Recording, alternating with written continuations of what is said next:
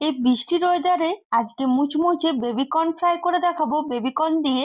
আর এটা খেতে কিন্তু অসাধারণ লাগবে। খুব সহজ পদ্ধতিতে আপনারা বাড়িতেই কিন্তু করে নিতে পারবেন, কোনো ঝামেলা ছাড়াই। এটা খুব সহজ পদ্ধতিতেই করে নিতে পারবেন। আর বৃষ্টির দিনে শুধু হোক বা চা এর সাথে হোক, খেতে কিন্তু অসাধারণ লাগে। তো তার জন্য আমি এখানে বেবিকর্ন নিয়ে নিয়েছি। এরপর বেবিকর্নটাকে ভালো করে ধুয়ে নিয়েছি। আর তারপর আমি আগে থেকে জল গরম হতে দিয়ে দিয়েছিলাম। জলটা ভালো করে ফুটে যাওয়ার পর আমি এক এক করে বেবিকর্নগুলো এখানে অ্যাড করে দেব। আর কমসে কম 5 থেকে 8-9 মিনিটের মতন ভালো করে একদম সেদ্ধ করে নেব। এরপর লো টু হাই মিডিয়াম করে আমাদেরকে কিন্তু এখানে সেদ্ধ করে নিতে হবে। আর অবশ্যই কিন্তু একটু সামান্য লবণ দিয়ে সেদ্ধ করবেন।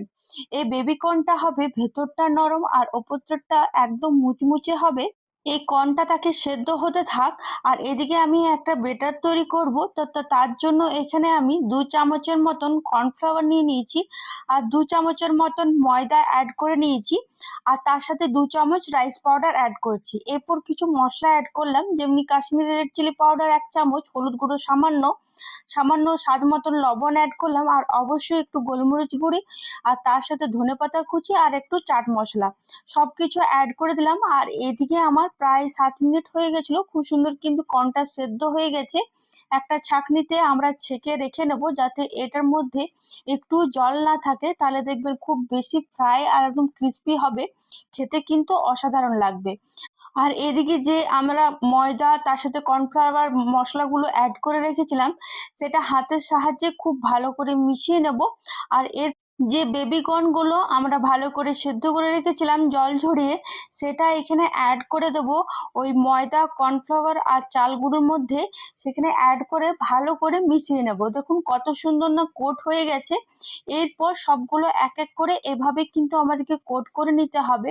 আর অবশ্যই কিন্তু আপনারা চাইলে ময়দা বা কর্নফ্লাওয়ার দিয়েও করতে পারেন।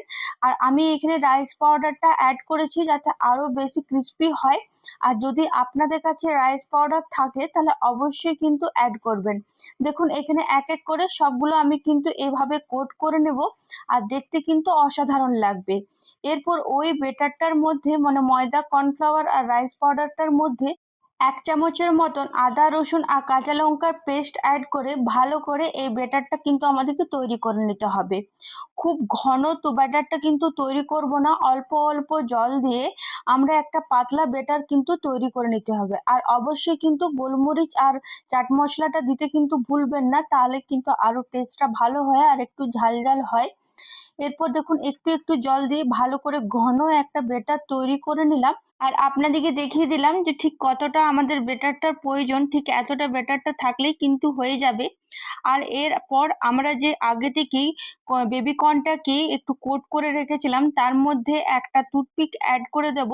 সব বেবি কর্নগুলো এভাবে আমরা একটা টুথপিকের সাহায্যে সবগুলো একসাথে গেঁথে নেব, তাহলে আমাদের ভাজতে অনেক সুবিধা হবে।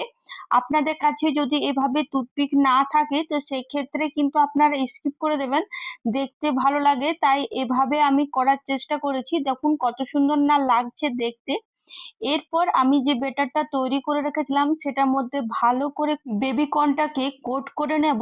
আর আমি আগে থেকে কড়াইয়ে তেল গরম হতে দিয়ে দিয়েছিলাম। তেলটা খুব ভালো করে গরম হয়ে যাওয়ার পর গ্যাসের আঁচটা একদম মিডিয়াম টু হাই করে নেব। আর এক এক করে বেবি কর্নগুলো এভাবে আমরা অ্যাড করে দেব। আর গ্যাসের আঁচটা খুব হাই রাখবেন না, না হলে ওপরটা খুব সুন্দর ভাজা হয়ে যাবে, ভেতরটা কিন্তু হবে না। এই বেবি কর্নটা ওপরটা হবে একদম ক্রিস্পি আর ভেতরটা ততটাই কিন্তু নরম হবে। লো টু হাই মিডিয়াম করে আমরা এক এক করে বেবি কর্নগুলো ভাজবো। উপরে সামান্য একটু গরম তেলটা অ্যাড করে করে আমরা এইভাবেই এক পাশটা ভালো করে ভাজা হয়ে গেলে ঠিক আরেক পাশটাকে একদম সোনালি রং হওয়া পর্যন্ত কিন্তু আমাদেরকে ভেজে নিতে হবে। আর ভাজবার সময় একসাথে বেশি কিন্তু দেওয়ার চেষ্টা করবেন না, না হলে কিন্তু ক্রিস্পিটা হবে না। আর দেখুন এখানে কিন্তু কালারটা কিন্তু চেঞ্জ হয়ে গেছে, একদম সোনালি লাল হয়ে এসেছে। সবগুলো ভালো করে ভেজে নেওয়ার পর ওর তেলটাকে ঝরিয়ে আমরা একটা পাত্রের মধ্যে তুলে নেব। আমি এখানে একটা টিস্যু পেপারের মধ্যে তুলে রেখেছি। আর এরপর আমি এখানে পরিবেশন করেছি টমেটো কেচাপ দিয়ে। আপনারা চাইলে ওপর থেকে একটু চাট মশলা, সামান্য একটু গোলমরিচ গুঁড়ি অ্যাড করে দিতে পারেন।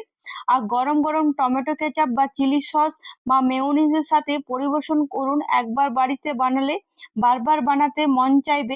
আশা করি আজকের এই ক্রিস্পি বেবিকর্ন ফ্রাই রেসিপিটা আপনাদের খুব ভালো লেগেছে। এই বৃষ্টির দিনে অবশ্যই আপনারা ট্রাই করে আমাকে কিন্তু কমেন্টে জানাতে ভুলবেন না।